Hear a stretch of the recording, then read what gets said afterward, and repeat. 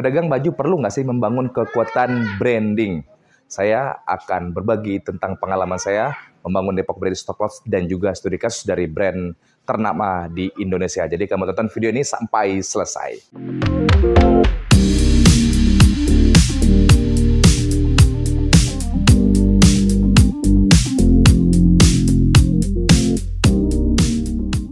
Begitu banyak pertanyaan dan juga kekhawatiran atau ketidakpercayaan dari owner bisnis ya, terutama pedagang-pedagang baju online. Perlu nggak sih kita membangun kekuatan branding yang mana katanya kekuatan branding itu bisa menimbulkan income pasif sehingga dengan marketing yang sedikit tetapi bisa untuk repeat order yang tinggi, retention dari customer itu sangat tinggi. Itulah yang masuk ke dalam pemikiran customer berdasarkan informasi-informasi yang beredar dari dunia digital. Itu tidak salah, tetapi kita perlu mencocokkan mana yang tepat dengan bisnis kita, mana yang tidak tepat dengan bisnis kita. Ya sepertinya dengan baut ya ukuran 7 tetapi dia harus juga mencari more yang ukuran 7. Tidak mungkin dia akan mencari more yang ukuran 9, dia pasti tidak akan masuk alias longgar, dan tidak juga untuk more yang ukuran 5. Pasti dia tidak masuk. Kita perlu mencari more yang sesuai dengan baut kita, yaitu sesama ukuran 7.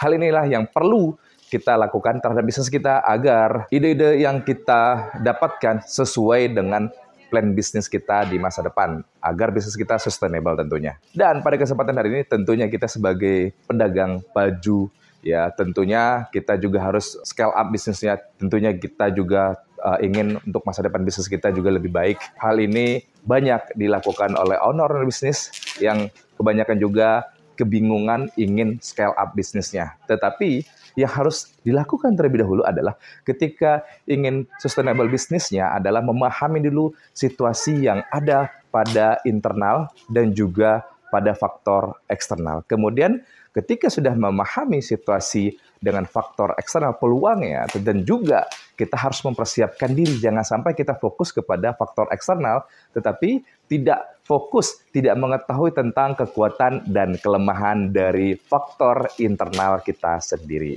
Dan ketika tidak bisa memahami kedua faktor ini, maka hal yang terjadi ketidakseimbangan sehingga bisnis itu bisa saja rapuh atau bisnis itu bisa mengalami kemunduran, decline, dan sebagainya. Pada kesempatan ini saya akan menyampaikan berdasarkan pengalaman saya ketika saya ekspansi adalah tentunya berbicara modal. Ketika modal kita tidak bisa dinaikkan, maka ekspansi itu sangat susah untuk kita lakukan. Alias apa? Bisa tersekser. Ketika pengalaman saya dulu, ketika saya membuka 4 cabang, yang terjadi bukannya untung, tapi apa? Malah rugi. Kenapa? Karena banyak biaya-biaya yang tidak bisa diputarkan. Alias menjadi apa? Menjadi barang mati, menjadi aset yang tidak bergerak. Sehingga banyak biaya-biaya untuk sewa ruko, kemudian pembelian rak, kemudian yang lain-lainnya, sehingga dana yang satu tergerus menjadi 5 toko. Ini tidak bisa kita lakukan. Dan ketika berbicara branding ya, kita kembali ke topik kita, branding. Apakah kita perlu membangun branding? Branding itu adalah sesuatu yang ditanamkan di benak konsumen. Ya, sehingga apa? Ketika mencari sesuatu dicarinya kita. Berbicara hal itu tentu saja bisa membuat kita lebih mudah untuk menawarkan suatu produk. Tetapi ketika kita menjual bukan hak milik brand kita, tentu tidak perlu kita lakukan branding terhadap produk yang kita jual. Apa yang bisa kita lakukan? Yang pertama, yang harus bisa kita lakukan adalah branding usaha kita atau corporate branding ya. Kemudian juga apa yang harus kita lakukan?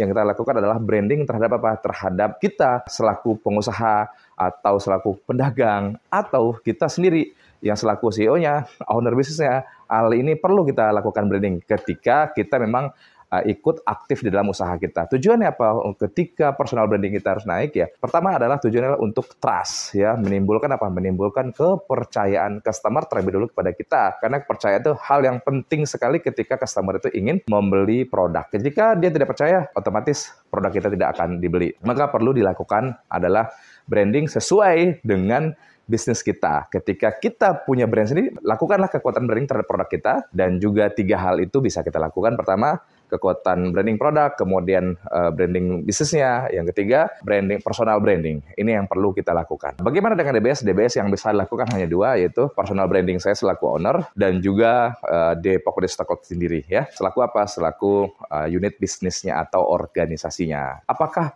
kekuatan branding itu menjadi salah satu kunci untuk kita berhasil sukses? Saya jawab tidak. Kenapa? Kita akan membahas studi kasus antara teh botol sosro dengan teh pucuk. Jadi ini dua brand ini yang sangat luar biasa yang ada di Indonesia. Berbicara branding otomatis orang tahu ketika berbicara apapun makanannya pasti minumnya teh botol sosro. Tetapi faktanya secara pendapatan ternyata teh pucuk harum lebih tinggi pendapatannya, penjualannya, dan dia growth. Dan faktanya lagi ketika kita ingin membeli teh tersebut, ya ingin membeli teh botol sosro ini di salah satu market ataupun di minimarket, supermarket, ataupun di warung-warung kelontong lainnya, ternyata kita sulit untuk menemukan yang namanya teh botol sosro. Padahal di benak kita sudah ada branding apapun makanannya, minumannya teh botol sosro. Tetapi faktanya tidak bisa kita dapatkan branding yang berhasil tetapi tidak menimbulkan profit yang growth. Apa yang dilakukan oleh teh pucuk harum? Yang dilakukan adalah penguatan pada distribusi. Ya, supaya apa?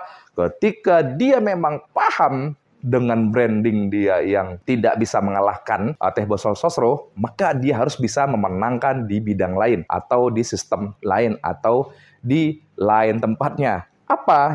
Salah satunya adalah sistem distribusinya, di mana semua outlet yang ada di Indonesia, semua produknya ada di situ. Teh pucuk ada di situ. Sehingga ketika orang tadi sudah ingin membeli teh botol sosro, tetapi tidak ditemukan pada rak-rak tersebut, maka yang ada pilihan apa? Yang paling banyak apa? Yang paling banyak di situ adalah teh pucuk. Sehingga apa? Teh pucuk.